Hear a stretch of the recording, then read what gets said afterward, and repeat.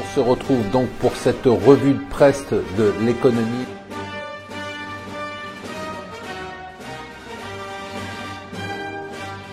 Bonjour et bienvenue sur Mon Financier pour la revue de presse de l'Écho. Nous sommes le vendredi 10 mars. L'homme du jour, c'est lui, c'est Mario Draghi, la une du Wall Street Journal, la une du Financial Times. Ça faisait bien longtemps que Mario, on l'entendait plus. Il faut dire qu'avec Donald Trump et Janet Yellen, il y a de la concurrence. Eh bien hier, il a fait l'actualité. Bon, d'abord, il a dit bien évidemment qu'il fallait que l'euro était irrésistible, inattaquable, inébranlable. Mais surtout, il a donné... Alors c'est amusant parce que si vous regardez tous les journaux, chacun interprète sa déclaration à sa façon. Pour certains, c'est le début de la hausse des taux. Pour d'autres, il n'a absolument rien changé.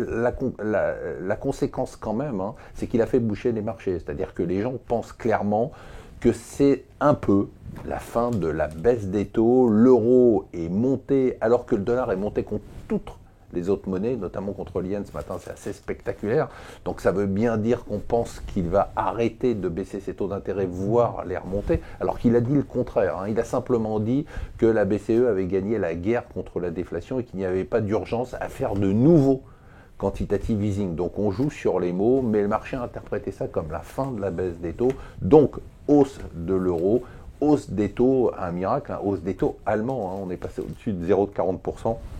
Sur le 10 ans allemand, vous connaissez notre opinion, nous pensons que les taux vont augmenter régulièrement, alors plus fortement bien évidemment aux États-Unis, mais aussi en Europe où la situation s'améliore. C'est la guerre de l'année entre le London Stock Exchange et New York Stock Exchange. C'est pas pour fusionner ou acquérir une autre bourse, c'est pour obtenir la plus grosse introduction en bourse de l'année, c'est-à-dire Aramco. Je vous rappelle qu'Aramco, ça devrait être la plus forte capitalisation du monde, 2000 milliards d'euros. Les deux places financières se battent. Et pendant ce temps-là, l'Arabie Saoudite, elle, vous savez, son challenge, on en parle quasiment tous les jours, c'est de maintenir le pétrole au-dessus de $50. Parce que pour que cette introduction soit réussie, il faut un pétrole idéalement qui soit autour même de $60.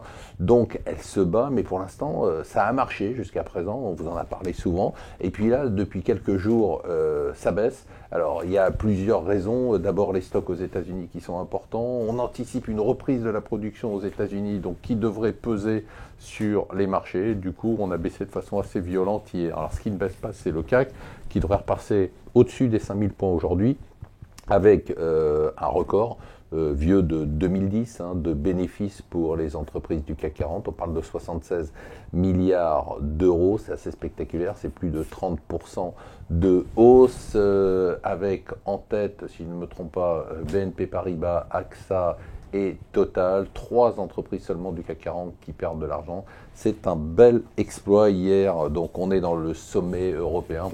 Bon, il ne se passe rien, on pensait avoir des avancées sur cette Europe à 2 vitesses avec un noyau dur de pays européens.